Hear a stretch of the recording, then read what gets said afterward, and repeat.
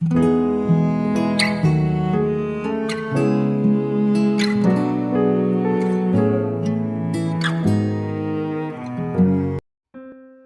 selamat pagi saudara yang dikasihi Tuhan Yesus.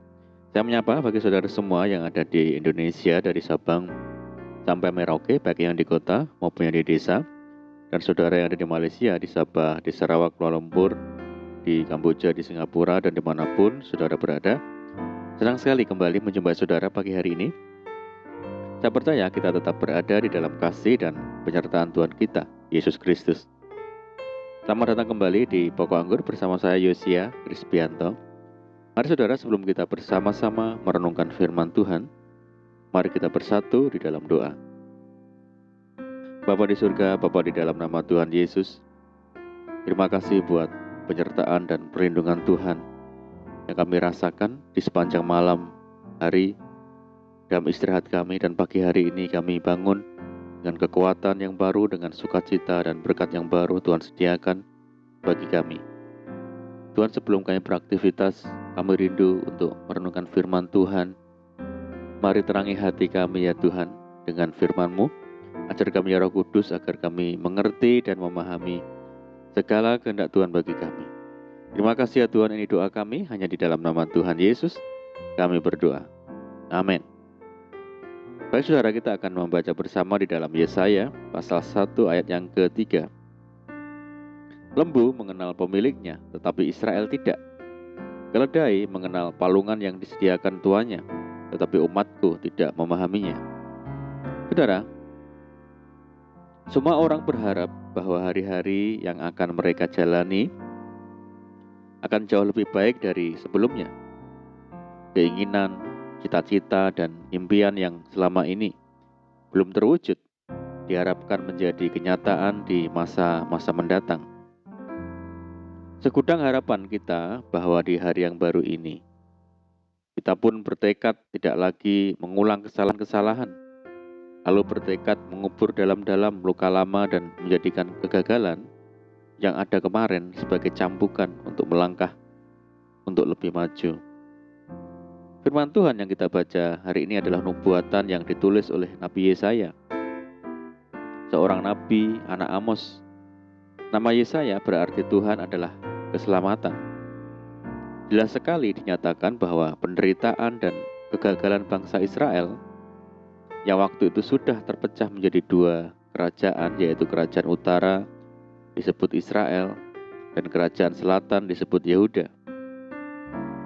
Bukan karena serangan iblis dan juga bukan karena nasib mereka sedang tidak baik atau buruk, tetapi sebagai akibat dari perbuatan mereka sendiri yang telah meninggalkan Tuhan dan tidak lagi setia kepada Tuhan. Padahal mereka telah dipelihara Tuhan secara luar biasa.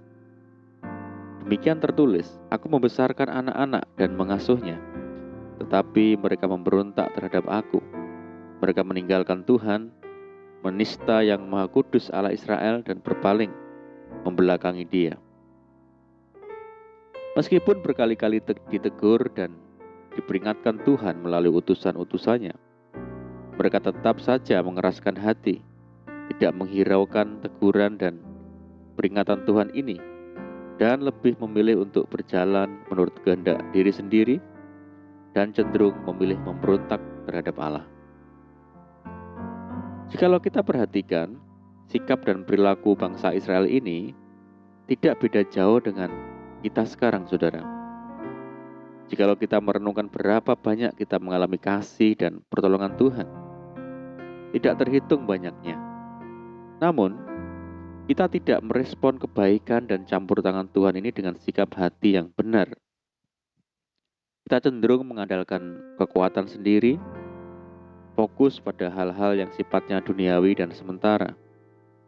Kita terus disibukkan dengan perkara-perkara yang ada di dunia ini, yang menyeret kita semakin menjauh dari hadapan dan hadirat Tuhan. Semakin kita memberontak dan meninggalkan Tuhan, semakin kita jauh dari hal-hal baik yang telah Tuhan persiapkan.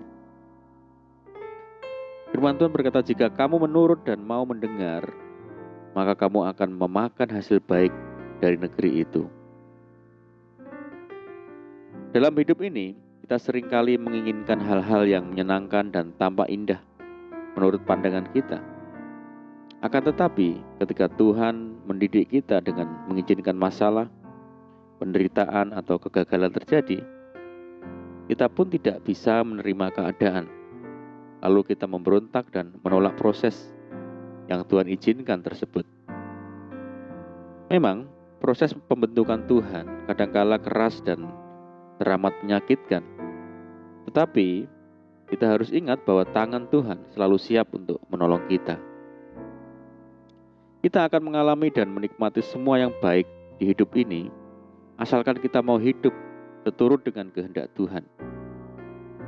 Ada dua kata kunci, yaitu menurut dan mendengar.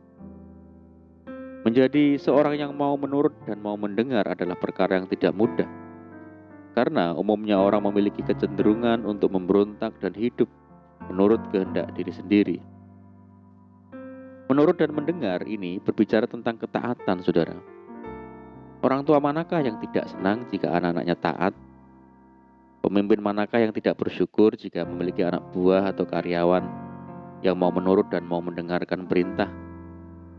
Secara kasat mata, umat Israel memang tampak melakukan sesuatu yang kelihatannya rohani, dengan membawa korban persembahan kepada Tuhan. Namun apalah artinya aktivitas-aktivitas rohani dan korban persembahan jika tidak disertai dengan ketaatan? Tanpa ketaatan, semuanya tidak akan berarti apa-apa di mata Tuhan. Karena begitu besarnya kejahatan yang telah mereka perbuat, Tuhan pun menyamakan keberadaan mereka, sama seperti orang-orang di zaman Sodom dan Gomora. Tertulis, dengarlah firman Tuhan, hai pemimpin-pemimpin manusia Sodom. Perhatikanlah pengajaran Allah kita, hai rakyat manusia Gomora. Dalam kegeraman Allah berkata, jangan lagi membawa persembahanmu yang tidak sungguh, sebab baunya adalah kejijikan bagiku. Betapa kecewanya Tuhan terhadap bangsa pilihannya sendiri, saudara. Padahal, jika orang percaya mau menurut dan mau mendengar apa yang Tuhan firmankan, kita akan mengecap semua yang baik. Firman Tuhan berkata, basuhlah, bersihkanlah dirimu, jauhkanlah perbuatan-perbuatanmu yang jahat dari depan mataku. Mari saudara, di antara kita pasti merindukan hidup dalam semua kebaikan Tuhan.